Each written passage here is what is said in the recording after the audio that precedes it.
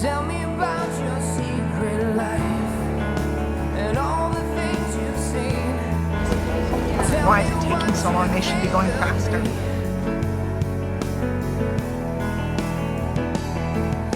dance like a queen in spite of all the things you never wanted. Why can't we hear them? If my kids are alive, they would be yelling. Tom would be yelling. Annette, listen to me. They are all going to be fine. I know it. Okay. You really, really, really think so? Yes, I do. So I want you to go over to those paramedics, and I want you to let them look at these cuts. Because you don't want to be all bloody when they pull your kids out of there, do you? No, I guess not.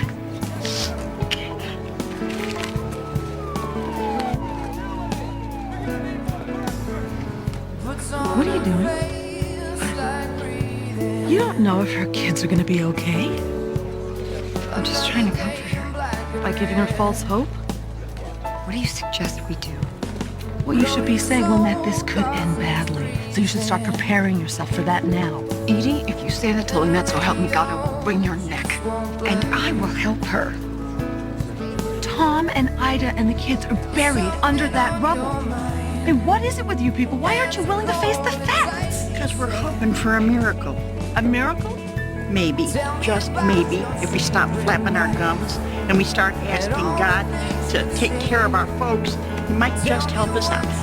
So you think a prayer circle is going to help Lynette? Once you get to my age, you'll find it a lot easier to believe God really does answer prayers. So if you can just hang on 2 more years. Don't. You know, maybe a moment of silence wouldn't be such a bad idea.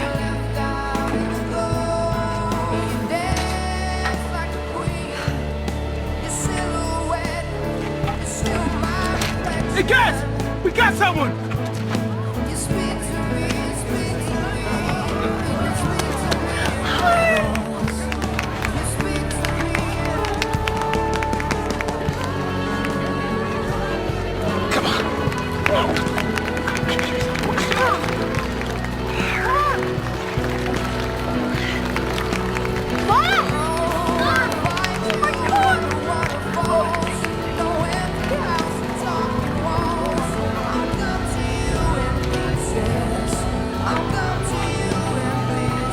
Come on, Tom.